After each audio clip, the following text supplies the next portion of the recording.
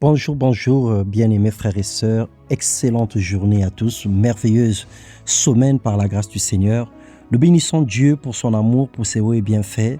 Nous prions que la grâce se manifeste puissamment dans nos vies et que la paix de notre Seigneur Jésus-Christ soit notre partage. Bienvenue dans cette méditation de ce jour. Le thème que nous allons aborder et partager aujourd'hui, c'est prendre soin de sa vie. Galates, le chapitre 2, le verset 18, il est écrit « Car si je rebâtis les choses que j'ai détruites, je me constitue moi-même un transgresseur. » En venant ou en revenant à Dieu parce que nous étions égarés ou parce que nous venons de le connaître, d'un cœur sincère et humble, il prend nos manquements, il se charge de reconstruire notre vie et il en fait le temple de son Esprit Saint. Par la grâce du Seigneur, nous sommes justifiés et il nous a donné un autre décor.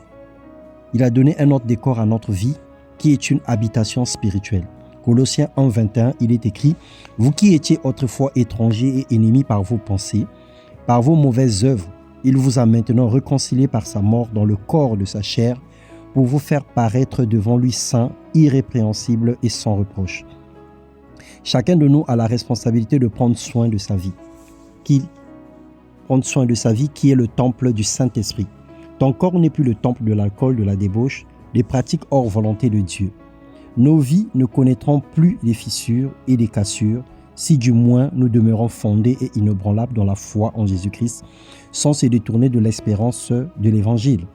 Michée 7, le verset 12, il est écrit « Le jour où l'on rebâtira tes murs, ces jours-là tes limites seront reculées. » Saisis cette déclaration. Si tu laisses Dieu rebâtir ta vie, elle connaîtra une expansion et tu prospéreras dans toutes tes entreprises. Alors aujourd'hui, tu dois décider de laisser le Seigneur fermer les fissures que la colère, la haine et les déceptions ont laissées, les fissures que les mauvaises choses, les mauvaises expériences ont marquées dans ta vie. Seigneur, merci pour tes bontés renouvelées en notre faveur. Nous bénissons ton nom pour tout ce que tu fais, car ce sont des projets, des bonheurs et non de malheur que tu as pour nous, les projets de reconstruction, les projets d'une vie forte et puissante et des projets de prospérité que tu as prévus pour nous en cette nouvelle année, en cette nouvelle saison, en ce temps où nous sommes en train de parler de la résurrection, de tout ce qui était mort dans nos vies.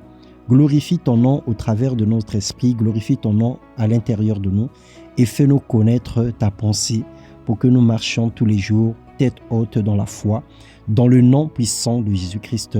Amen. Excellente et bonne nouvelle semaine à tous. Que le Seigneur vous bénisse. Soyez abondamment bénis et que la prospérité de notre Seigneur Jésus-Christ soit votre partage. Amen.